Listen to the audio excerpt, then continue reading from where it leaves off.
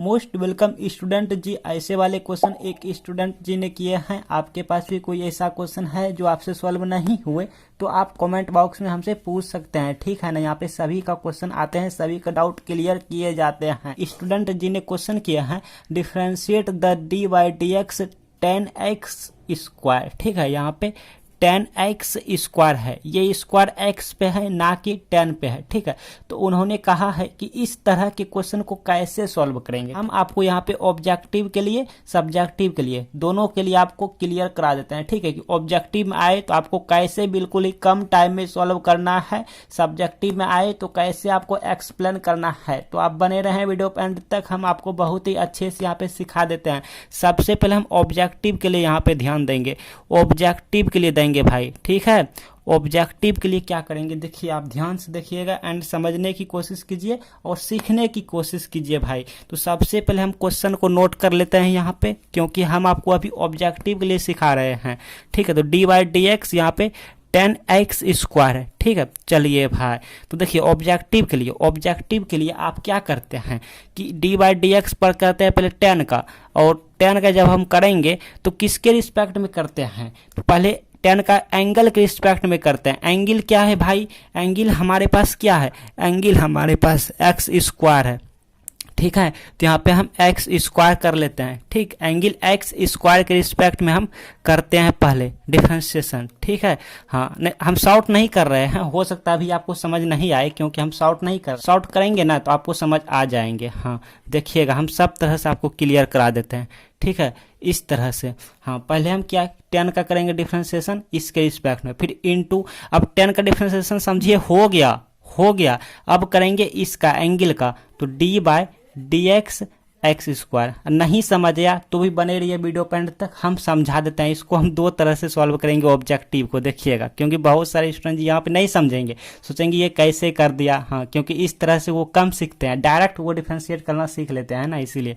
तो देखिए 10 का जब हम डिफरेंशिएशन करेंगे तो क्या होता है, सेक स्क्वायर हो जाता है, लेकिन एंगल के रिस्पेक्ट में कर रहे हैं ना जी, तो इसके रिस्पेक्ट में कर रहे हैं तो इसका 1 हो गया, मतलब एंगल तो एक बार रुके ही जाता है सेक स्क्वायर, और यहाँ पे जो एंगल रहता है वो रुके जाता है, जो भी रहता है रुक के जाता है, ठीक है। हाँ, तो जैसे आप कहते हैं ना, जैसे आप कहते हैं डी बाई डी एक्स यहाँ पे रहता है 10x, ठीक है। तो आप क्या कहते हैं इस सिचुएशन में, आप कह देते हैं सेक स्क्वायर x, क्योंकि ये जो x है x के रिस्पेक्ट में डिफरेंशिएशन हो रहा है, तो यही वाला x इस सिचुएशन में आ जाता है, बाकी कुछ नहीं करते हैं, ठीक है। तो उसी तरह से x के स्क्वायर और यहाँ पे x स्क्वायर के रिस्पेक्ट में ही कर रहे हैं, तो इतना हो गया। अब इनटू अब x स्क्वायर का डिफरेंशिएशन करेंगे x के रिस्पेक्ट में, ये वाला फार्मूला पे डी बाई डी एक्स, और यहाँ पे x to the power n वाला फार्मूला पे, तो क्या होता है n into x to the power n minus 1 होता है। तो n यहाँ पे क्या है, n हमारा 2 है, तो यहाँ पे 2 हो जाएगा, यहाँ पे 2 माइनस 1 हो जाएगा, मतलब कितना 1, तो 1 छिप जाता है तो 2x हो गया, इसकी वैल्यू कितना हो गया 2x। तो आया ना समझ में स्टूडेंट जी। देखिए हमारा फाइनल आंसर क्या हो गया, हम 2x को इस साइड कर लेते हैं, बिकॉज ये इनटू है, ये वाला और ये वाला एक नहीं है, ये हमारा इसके एंगल में है, इसके एंगल में है, ठीक है।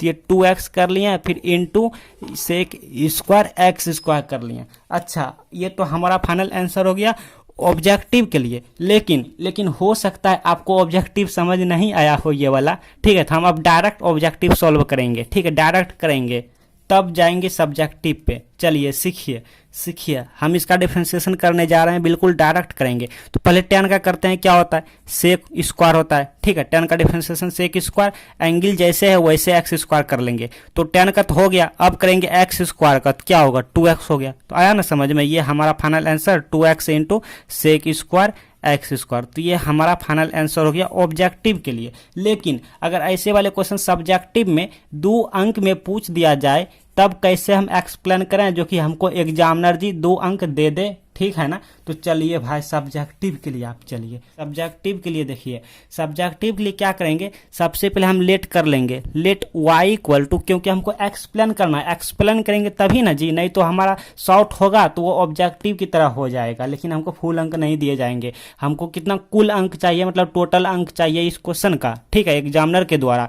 तो हम एक्सप्लेन करेंगे लेट y बराबर 10x स्क्वायर, ये हमारा क्वेश्चन है, हमने इसको लेट कर लिया, ठीक है, इस क्वेश्चन को y से लेट कर लिया। अब देखिएगा, अब इस एंगल को हम कुछ लेट कर लेंगे, ठीक है, कुछ मतलब पुट कर लेंगे, ठीक है, कुछ भी पुट कर लो यार, अपने मन से कुछ भी पुट कर लेते हैं। ठीक है, देखिए यहाँ पे तो हम करेंगे put x square equal to like t alpha gamma beta, कुछ भी हमने यू पुट कर लिया। लाइक आप अल्फा गामा बीटा अपने मन चॉइस कुछ भी पुट कर सकते हो। ठीक है, कुछ भी पुट कर सकते हो। ओके, पुट करने के बाद इसको हमको डिफ्रेंशिएट कर देते हैं। डिफ्रेंशिएट कर क्या जाता है ना, इंटीग्रेशन में भी बताए हैं। तो इसका हो जाएगा 2x और ये दे जाएगा du/dx, एक्स के रिस्पेक्ट में ही करेंगे। ठीक है, हाँ तो चलिए याद रखिएगा du/dx की वैल्यू 2x है, u की वैल्यू x स्क्वायर है। तो यहाँ पे अब क्या दे जाएगा भाई, यहाँ पे दे जाएगा हमको y इक्वल टू 10 और x स्क्वायर को हमने पुट कर लिया क्या u, तो यहाँ पे u हो गया। अच्छा, अब हम बोथ साइड डिफ्रेंशिएशन कर देते हैं क्योंकि हमको चाहिए d/dx और यहाँ पे y और यहाँ पे d/dx और यहाँ पे 10u। किसी को कोई डाउट नहीं होनी चाहिए, लाइक किसी को कोई डाउट नहीं, किसी को भी किसी प्रकार की दिक्कत होगा तो हमसे पूछा कीजिएगा स्टूडेंट जी।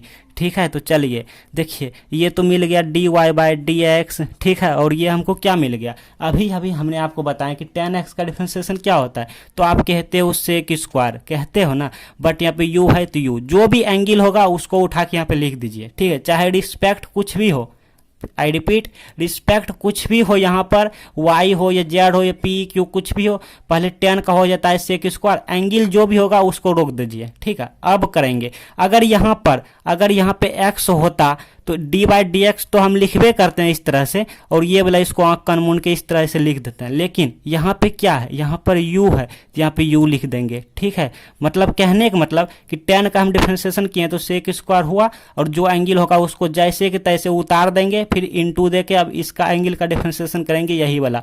तो इस x के रिस्पेक्ट में जब एंगल का करेंगे तो इस तरह हो गया।